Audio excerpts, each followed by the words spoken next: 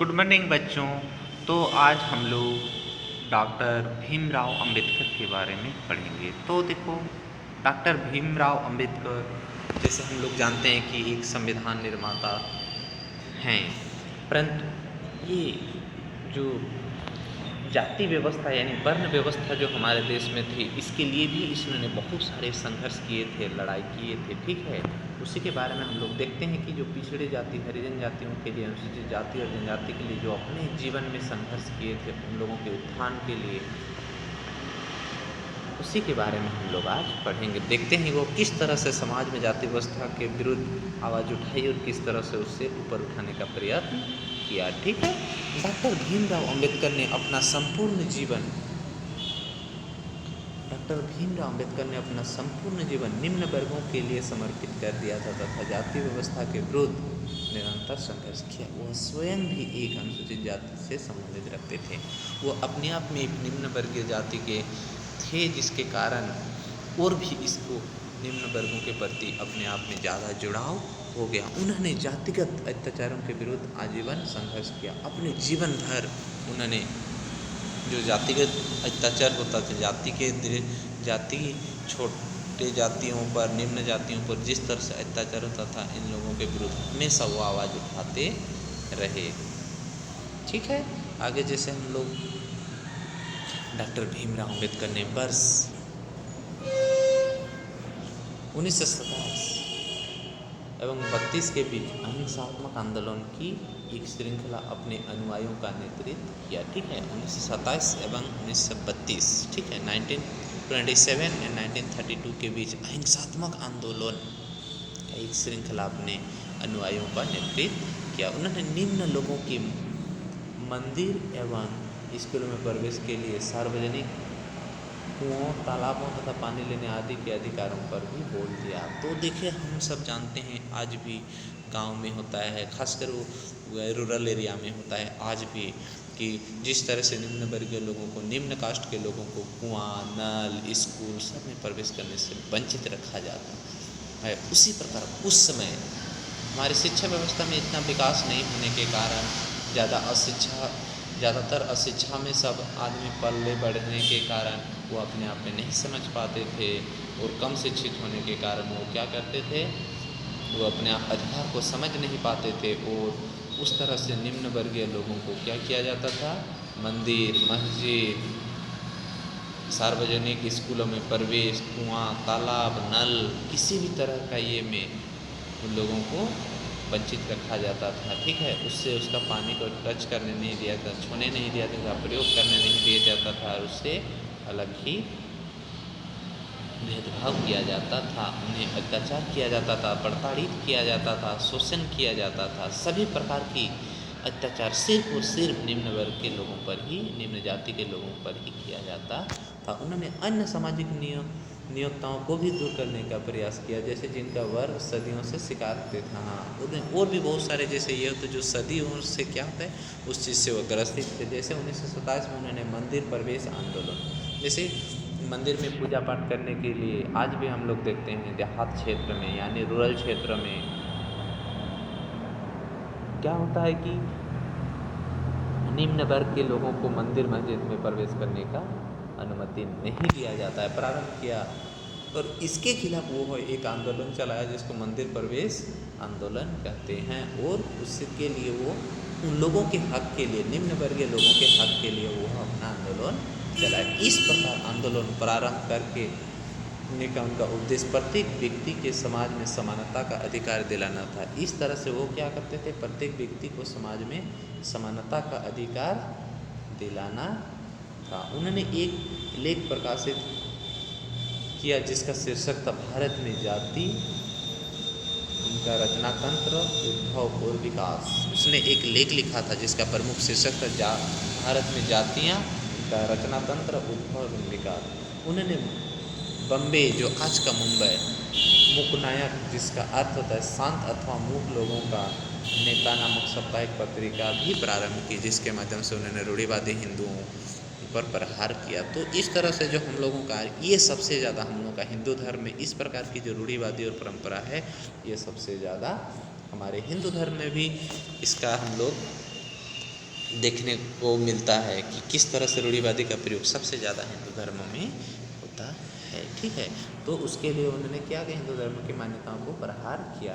Doctor Bhimrao Ambedkar ने दलित वर्गों के, यहाँ दलित वर्गों में शिक्षा के प्रसार, ठीक है, ये क्या है, दलित है, ठीक है, दलित वर्गों में शिक्षा के प्रसार एवं उनके सामाजिक सुधार के लिए बहिष्कृत हितकारी सभा नामक एक संगठन प्रारंभ किया, जिसने दलित वर्गों के पृथक निर्वाचन क्षेत्रों की आवश्यकता पर बल दिया।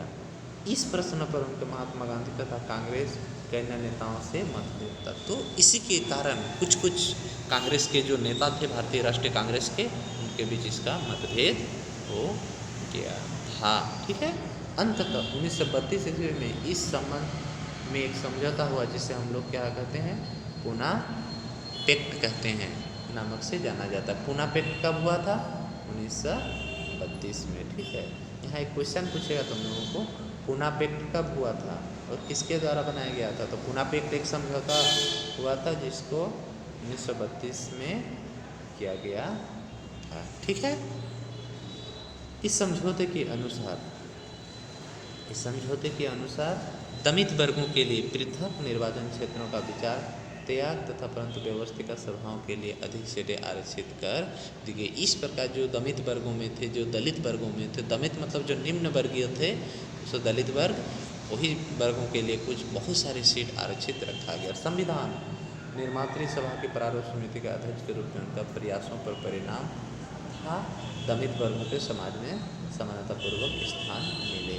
तो यह भारतीय संविधान का निर्माता भी कहा जाता है, भारतीय संविधान का पिता कहा जाता है। उसके आधार से भी हम ये जान लेते हैं कि किस तरह से दलित वर्गों यानी दलित वर्गों के लिए वो क्या सीटों का आरक्षण कर सके और अपने अधिकार में समानता ला सके, इसके लिए वो अपना संघर्ष किया और अंततः वह कुछ हद तक उसका स्थान मिल पाया। ठीक है, और आज भी संविधान में हम देखते हैं दलित वर्गों के लिए कुछ स्थान मिला हुआ है। सुधारकों की उपलब्धियाँ, तो किस प्रकार हमारे भारतीय समाज में समाज सुधारकों का उपलब्धि प्राप्त हुई, उसी के देखो सुधारकों के कार्यकलापों के परिणाम के आशा के अनुरूप हुए। तो उन लोग जितने भी हमारे देश में समाज सुधारक उभरे, उन सभी समाज सुधारक में हमारे समाज के लिए जो भी कार्य के लिए प्रयत्न किए, उसमें कुछ न कुछ उसका जिस कार्य के लिए वो नेतृत्व करते थे, जाति प्रथा, रंग भेद, ऊंच नीच, अस्पृश्यता, जिस तरह का, वो सभी में कहीं न कहीं उसके अनुरूप कुछ काम हुआ। उनके प्रयासों तथा शिक्षा जागृति के प्रसार के परिणाम स्वरूप दलित वर्गों में अपने मूलभूत मानवीय अधिकारों के प्रति सजग तथा उनकी सुरक्षा के लिए उन्होंने आवाज़ अपनी उठाना प्रारंभ की। तो इसके कारण ये सभी जो विभिन्न आंदोलन चलाए गए समाज सुधार के लिए, इसके लिए जो भी आंदोलन चलाए गए, तो जो भी दलित वर्ग या पिछड़े वर्ग के लोग थे, दलित वर्ग के लोग थे, निम्न वर्ग के लोग थे, वो लोग अपना हक समझने लगा, तो धीरे धीरे वो स्वयं अपने आप में आंदोलन में शामिल होने लगे और अपने आप में वो क्या आंदोलन भी उठाने लगे। उन्होंने धीरे धीरे उच्च वर्गों के दमन के विरुद्ध शक्तिशाली आंदोलन निर्माण किया और जिस तरह से उच्च वर्ग के लोग निम्न वर्गीय लोगों को दमन करते थे, उन लोगों के खिलाफ वो लोग आंदोलन उठाई और उन्हें सफलता भी पाई। उन्हीं के सतत प्रयासों का यह परिणाम हुआ कि स्वतंत्र भारत संविधान अस्पृश्यता का आंदोलन के लिए प्रावधान किया गया। और इन्हीं सभी आंदोलन का एक बहुत बड़ा पॉजिटिव चीज़ मिला कि भारतीय संविधान का जो अनुच्छेद 17 में हम लोगों का अनुच्छेद 17 में जो अस्पृश्यता का अंत जो मुख्य रूप से अनुच्छेद में रखा गया, ये बहुत बड़ा वो आंदोलन का एक बहुत बड़ा भाग था, जिसके कारण आज हमारे भारतीय संविधान में अस्पृश्यता का अंत के लिए, उन्मूलन के लिए जो संविधान में लिखित रूप से मान्यता मिली है, उसी का हक आज निम्न वर्गीय लोगों को मिल रहा है। संविधान में सार्वजनिक कुओं, तालाबों, घाटों, प्रयोगों अथवा दुकान, रेस्टोरेंट, होटलों एवं मनोरंजन के अन्य स्थानों में प्रवेश संबंधी प्रतिबंधों पर निषेध कर दिया। ये अस्पृश्यता के अंत करने के साथ साथ हमारे संविधान में कोई भी सार्वजनिक कुआं हो, तालाब हो, घाट हो, दुकान हो, रेस्टोरेंट हो, हॉस्टल हो, स्कूल हो, कॉलेज हो, मंदिर हो, मस्जिद हो, सभी में जो प्रवेश करने का निषेध रहता था, उस पर क्या किया, निषेध को हटा दिया। उसके अधिकार में।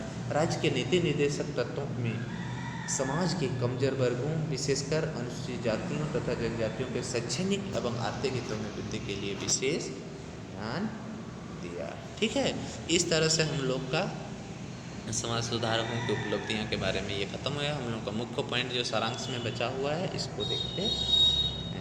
ठीक है, देखो, जाति व्यवस्था प्राचीन काल से भारतीय समाज में अभिन्न अंग रही है। तो हम सब जानते हैं कि हमारे देश में जो जाति व्यवस्था, ऊंच नीच की भावना, ये प्राचीन काल से ही हम लोग एक अभिन्न अंग रही है, चली आ रही है। भारतीय समाज में विद्यमान विभिन्न कुप्रथाओं, तो हम सब जानते हैं हमारे समाज में विभिन्न प्रकार के जो कुप्रथाएं थी, उसमें समाज सुधारकों ने ध्यान आकर्षित किया कुप्रथा के प्रति और उन्हीं जाति व्यवस्था के विरुद्ध आवाज़ उठाई और उसे कम करने का प्रयास किया। वो बहुत हद तक सफल भी हुआ और आज हम लोग जाति वर्ण भेद से कहीं ना कहीं ऊपर उठ के आज सब एक जात मिल के काम कर रहे हैं और हमें करना भी चाहिए। राजा राममोहन राय, देवेंद्रनाथ टैगोर, केशव चंद्र सेन, स्वामी विवेकानंद, महादेव गोविंद रानडे, रामकृष्ण भंडारकर, महात्मा गांधी, ऐसे भीमराव अम्बेडकर जैसे बहुत सारे समाज सुधारक थे जो हमारी जाति व्यवस्था पर इसके विरुद्ध में प्रहार किए।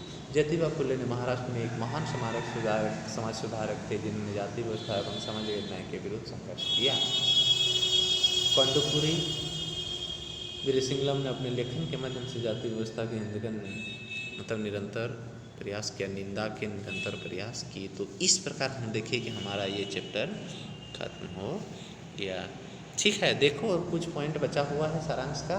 स्वामी विवेकानंद ने रामकृष्ण मिशन, तुम लोग को बता दिए थे, स्वामी विवेकानंद ने रामकृष्ण मिशन की स्थापना की जो दलितों के उत्थान के लिए कार्य किया।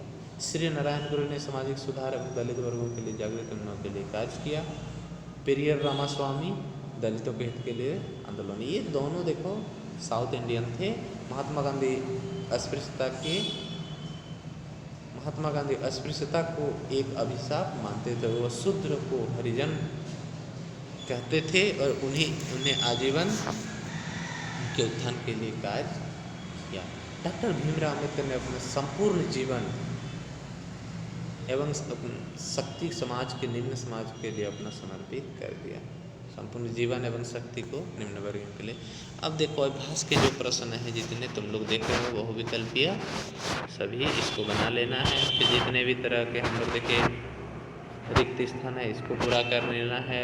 बाकी जितने क्वेश्चन तुम लोग को परियोजना का स्टॉक नहीं बल्कि क्वेश्चन नंबर 5 तक यहाँ तक तुम लोगों को बनाना है। अब नेक्स्ट में हम लोग नया चैप्टर